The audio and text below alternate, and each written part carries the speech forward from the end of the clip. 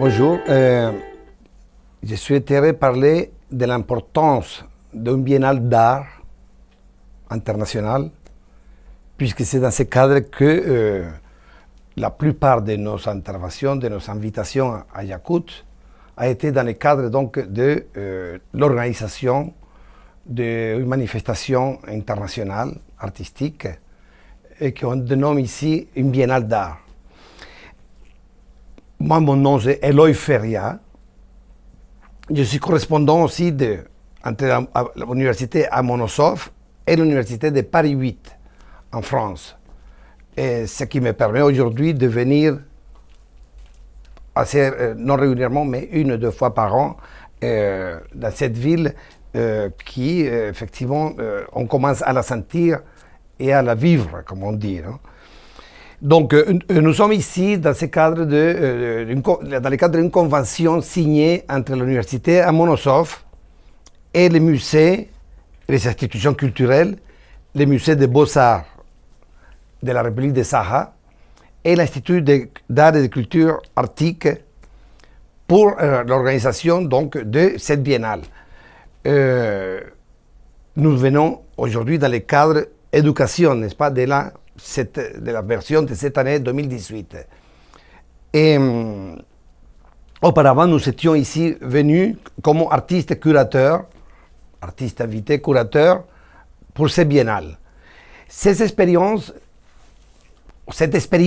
d'être ici, d'être dans ces lieux extrêmes par rapport à Paris, même si Paris c'est extrême par rapport à Yakout, et nous induisent à voir les choses de deux points de vue. D'une part, conforter la place des artistes dans un cadre international, n'est-ce pas? D'introduire aussi cette manifestation dans un cadre international, et d'autre part, faire participer les artistes locaux, nationaux, même de la République de Saha, à laquelle ces deux manifestations ont été, on les a accueillis, n'est-ce pas? Et il y a un autre aspect qui a été la connaissance de la ville. Je rappelle aussi que nous sommes venus ici en 2012, en des premiers voyages, et ce qui nous a permis de rencontrer les artistes dans leurs ateliers, de visiter la ville, de connaître leurs institutions, leurs musées, et commencer à nous imprégner petit à petit. Je crois que c'était un bon système pour pouvoir continuer à travailler, ce qui nous a permis aussi de pouvoir être aujourd'hui encore intégré même à l'université à Monosov. Il y a, d'une part, on a réussi quand même à faire venir des artistes de plusieurs pays du monde, n'est-ce pas?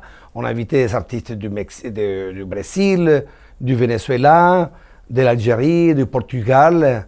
Il y avait une particularité aussi que c'était francophone, c'était des francophones, ce qui nous a permis de travailler ensemble avec les départements de langue française à l'université de Monosov. Un autre aspect qui nous intéresse beaucoup, c'est la pérennisation de cette manifestation biennale à laquelle nous nous battons depuis le début, parce qu'on a vu les hauts et les bas, comment les énergies descendent parfois, et nous, effectivement, on voit la possibilité, en sachant que c'est ici, c'est les institutionnels, les individus d'ici, de Yakout, qui ont donné création à cette biennale.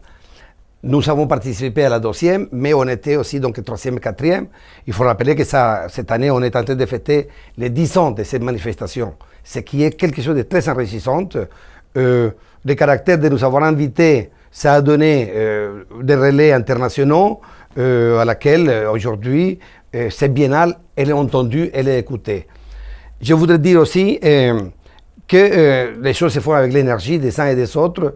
On a travaillé avec des jeunes artistes magnifiques, ce qui a permis aussi de faire la transition, n'est-ce pas, entre un art traditionnel, des arts aussi très enracinés dans une pratique assez traditionnelle.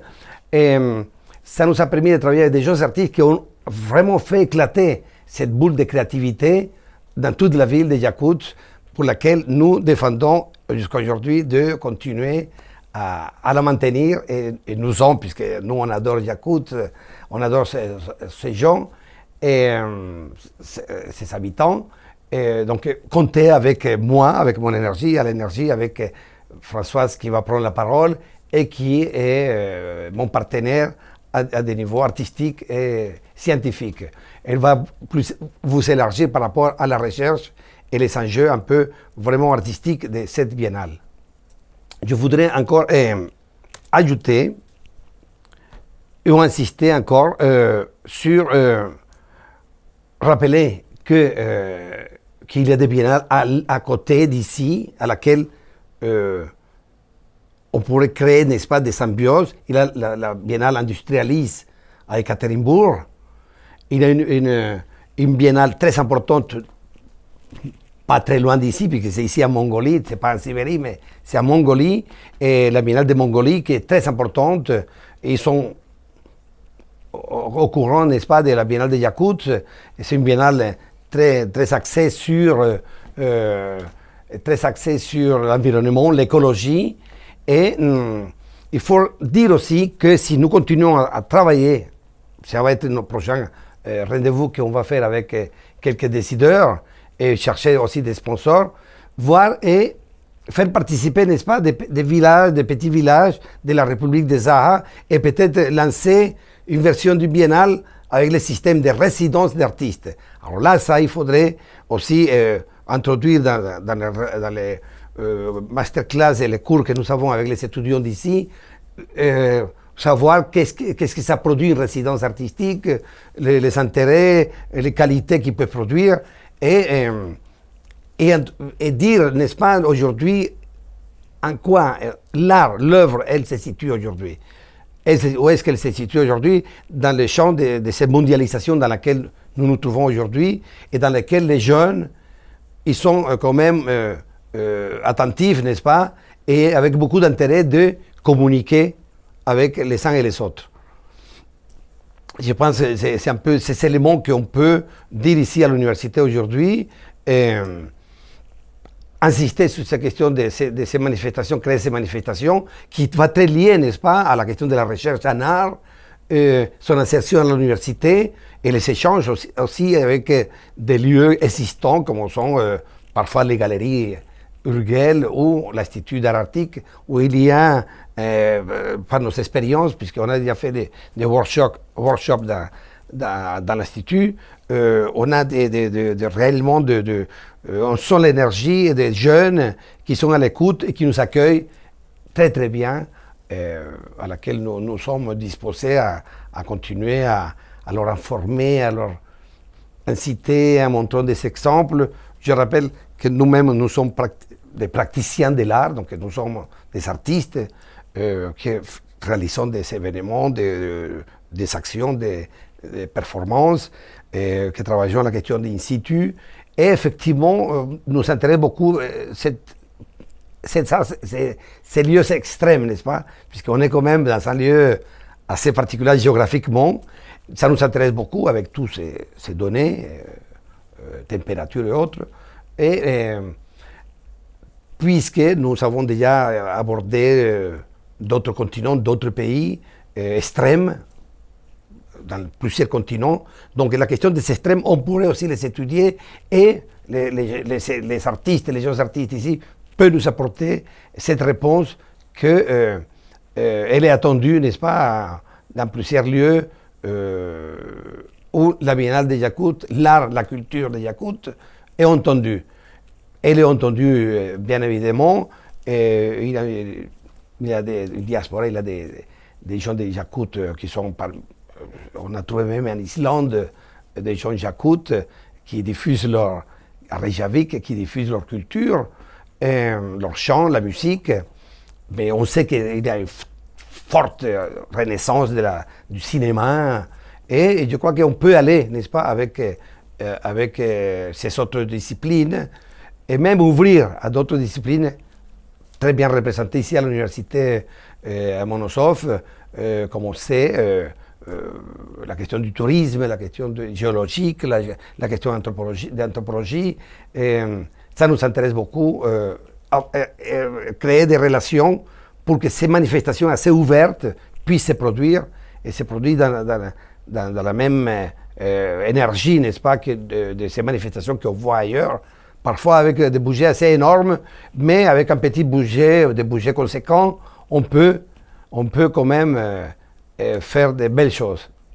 C'est ce que je pourrais vous dire par rapport à cet axe qui me concerne, l'art dit contemporain, en sachant qu'en étant ici, je suis observateur de toutes ces cultures, toutes ces formes de faire et toute cette cosmologie, n'est-ce pas, dans laquelle est soumis les gens à Yakout et les créateurs.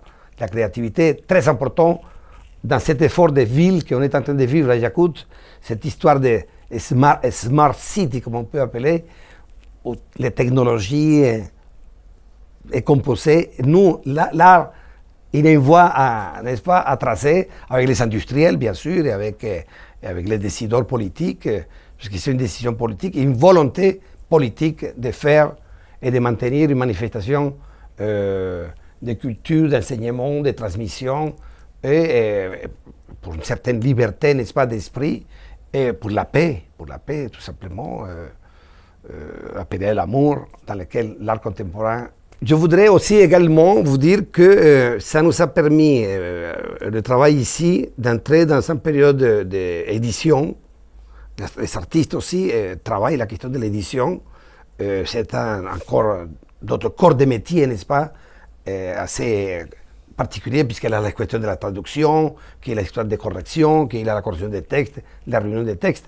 Mais pour vous dire qu'on est arrivé à faire une espèce de condensation de cette expérience ici à Yakout, donc depuis 2012, avec des expositions en France et les biennales d'ici, un document qui va être ici, qui est déjà au musée des Beaux-Arts de Saka, et un exemplaire sera ici à l'université pour consultation. Il est en russe et en français, il est bilingue.